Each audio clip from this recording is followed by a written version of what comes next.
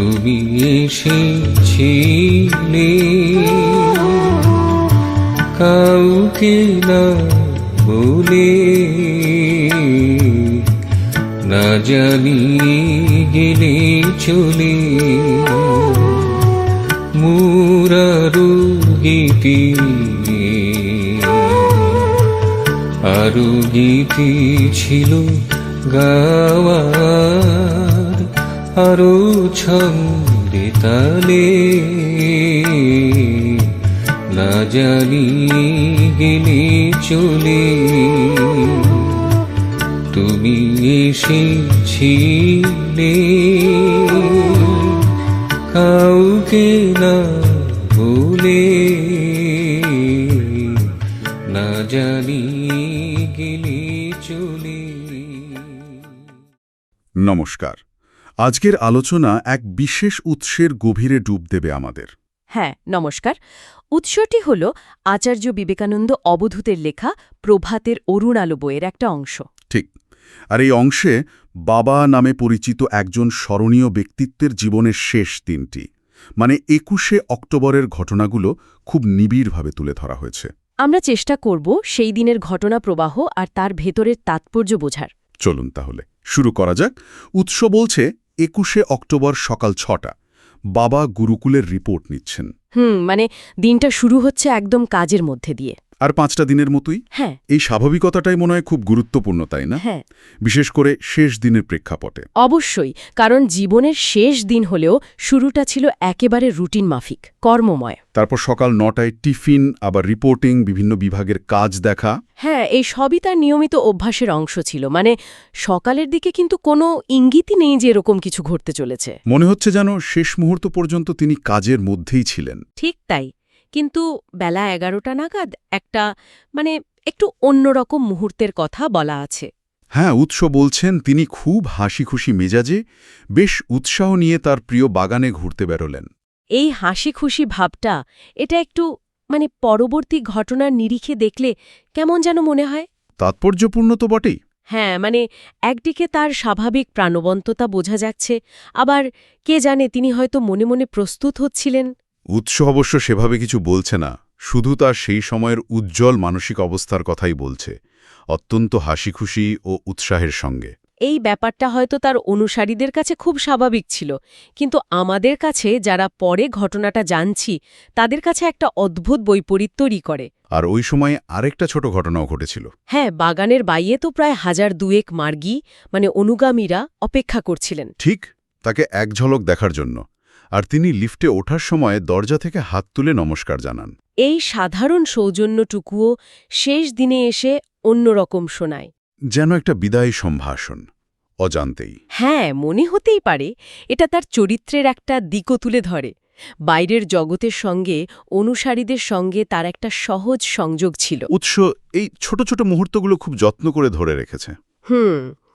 তো বাগানে ঘোরার পর তিনি সোজা নিজের ঘরে ফিরে যান। আর এখান থেকেই যেন দিনের গতিপথটা একটু অন্যদিকে মোড় নেয়, তাই না? হ্যাঁ, ঘড়িতে তখন দুপুর 2:55। এই সময় তিনি কেশবানন্দজিকে ডেকে পাঠালেন আর বললেন, আজ বোধহয় আর কোনো কাজ নেই, এবার আমি একটু বিশ্রাম নিতে চাই। এই কথাটা আপাত দৃষ্টিতে খুব সাধারণ, বিশ্রাম তো চাইতেই পারেন। হ্যাঁ, কিন্তু এর পরে যা ঘটল তাতে মনে হয় এই বিশ্রাম নেওয়ার ইচ্ছাটা হয়তো অন্য কিছুর প্রস্তুতি ছিল। তিনি এরপর তার দীর্ঘদিনের অভ্যাস মতো বিছানায় চিত হয়ে শুয়ে পড়লেন। সেই সময়ে ধানবাদ স্কুলের প্রিন্সিপাল তার পা টিপে দিচ্ছিলেন। আর তখনই বাবা তাকে ওই নির্দেশটা দেন, বলেন, একটা চাদর দিয়ে আমার শরীরটা ঢেকে দিয়ে তুমি একটু বাইরে যাও। এটা একটু অদ্ভুত শোনায়, তাই না?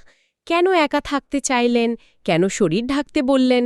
উৎসের কোনো ব্যাখ্যা দেয়নি, শুধু ঘটনাটা উল্লেখ করেছে। হয়তো তিনি বুঝতে পারছিলেন কিছু, বা হয়তো কেনা একটু একা থাকতে চাইছিলেন। এই নির্দেশের ঠিক পরেই কিন্তু চূড়ান্ত মুহূর্তটা চলে আসে। হ্যাঁ, কারণ এর কিছুক্ষণ পরেই হঠাৎ কলিং বেলটা বেজে ওঠে। কেশবানন্দজি ছুটে ঘরে ঢোকেন আর দেখেন বাবা যন্ত্রণায় ছটফট করছেন। পরিস্থিতি যে গুরুতর সেটা বুঝতে দেরি হয় না। ভাগ্য ভালো যে পাশের ঘরেই ডাক্তার গোস্বামী আর ডাক্তার করুণা ছিলেন। হ্যাঁ, তারা খবর পেয়ে অক্সিজেন সিলিন্ডার নিয়ে ছুটে আসেন।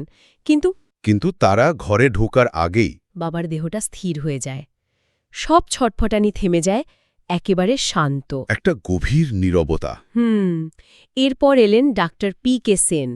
তিনি এসে পরীক্ষা করলেন এবং জানালেন যে বাবা প্রয়াত হয়েছেন। কিন্তু ডাক্তার সেনের একটা মন্তব্য, সেটা উৎসে খুব গুরুত্ব দিয়ে লেখা হয়েছে। হ্যাঁ, ওই মন্তব্যটা খুব গুরুত্বপূর্ণ। ডাক্তার সেন নাকি বলেছিলেন যে বাবার দ্বিতীয়বার স্ট্রোক হবার পর তার হার্টের যে অবস্থা ছিল, তাতে ডাক্তারি মতে তার পক্ষে এভাবে স্বাভাবিক কাজ চালিয়ে যাওয়াটা প্রায় অসম্ভব ছিল।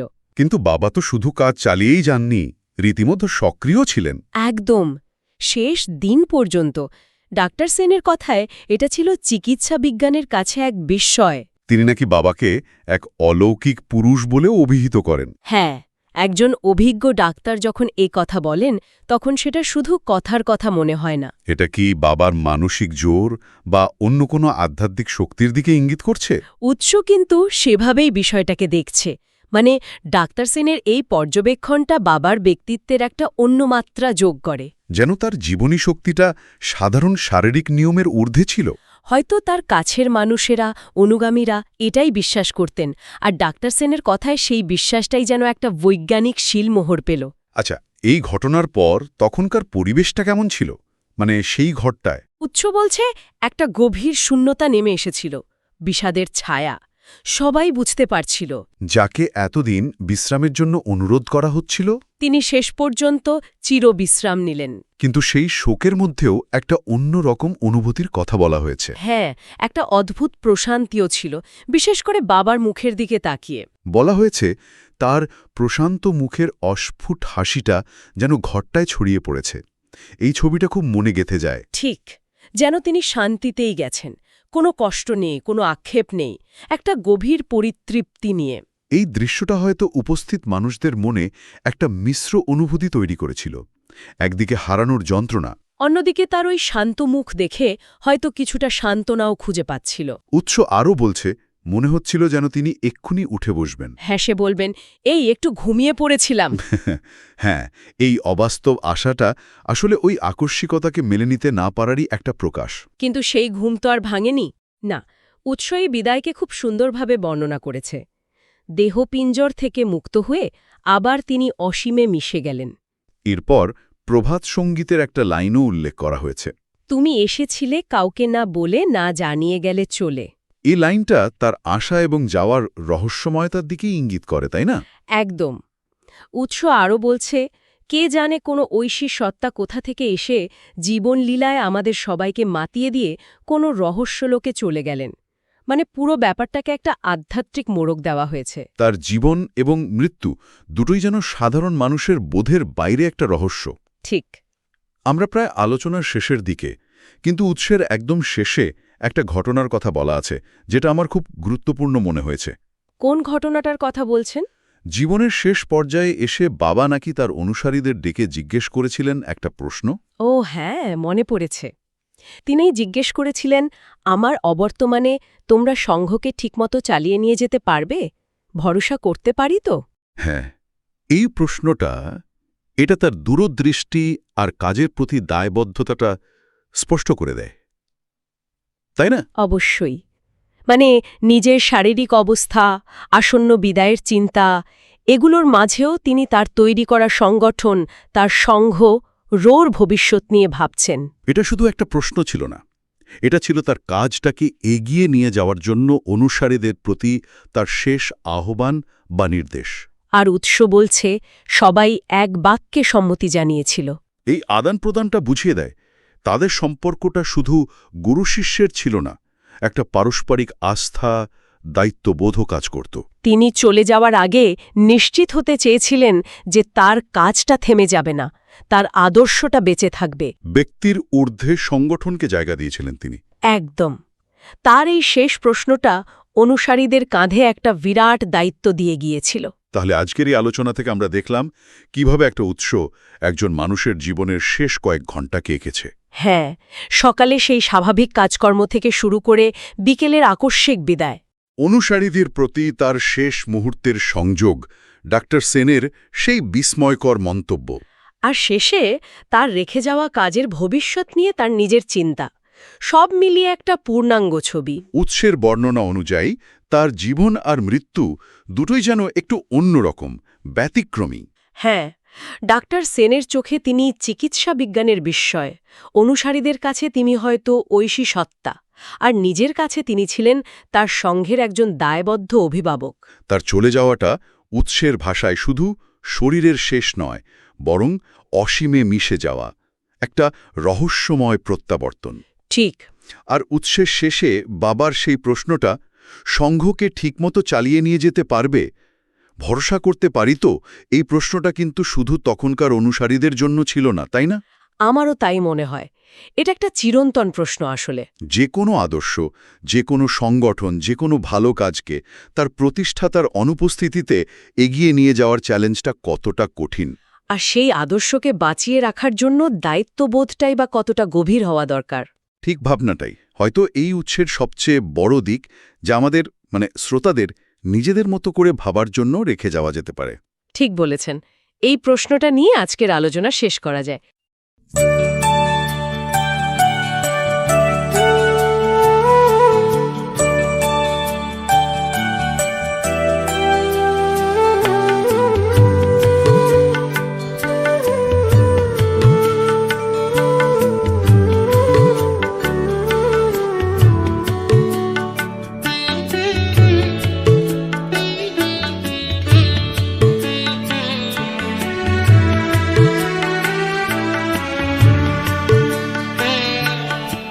তুমি এসেছিলে কাউকে না বলে,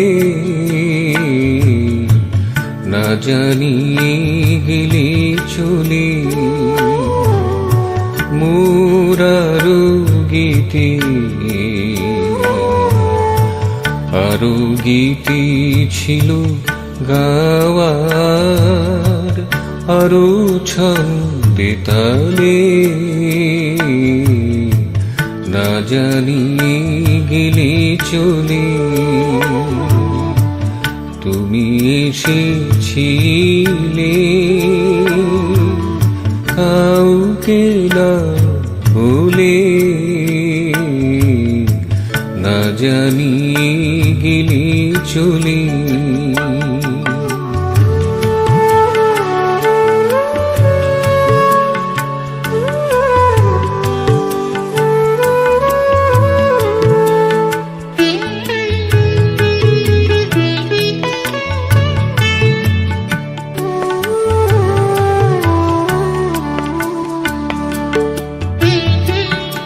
ভাবিতে পারিনি আমি এভাবে আসিবে তুমি, ভাবিতে পারিনি আমি এভাবে আসিবে তুমি,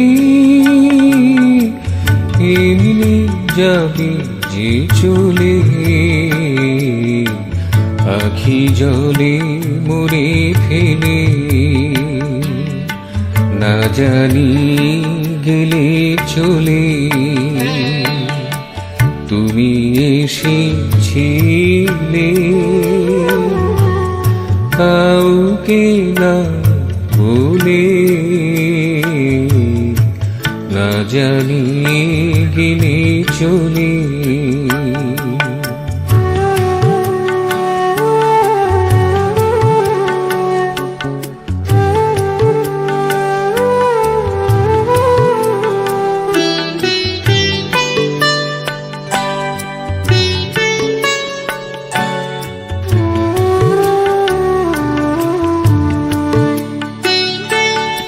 ধরার ধুলিতে যত ফুল ফোটে শত শত, ধরার ধুলিতে যত ফুল ফোটে শত শত, তাদের কোরা কোথালে গেলে মধু ঢেলে, না জানি গেলে চলে তুমি এসেছিলে কাউকে না বলে, না জানি গেলে চলে মুরারু গীতি, আরো গীতি ছিল গাওয়ার, আরো ছন্দে তালে, না জানি গেলে চলে তুমি এসেছিলে, কাউকে না বলে, না জানি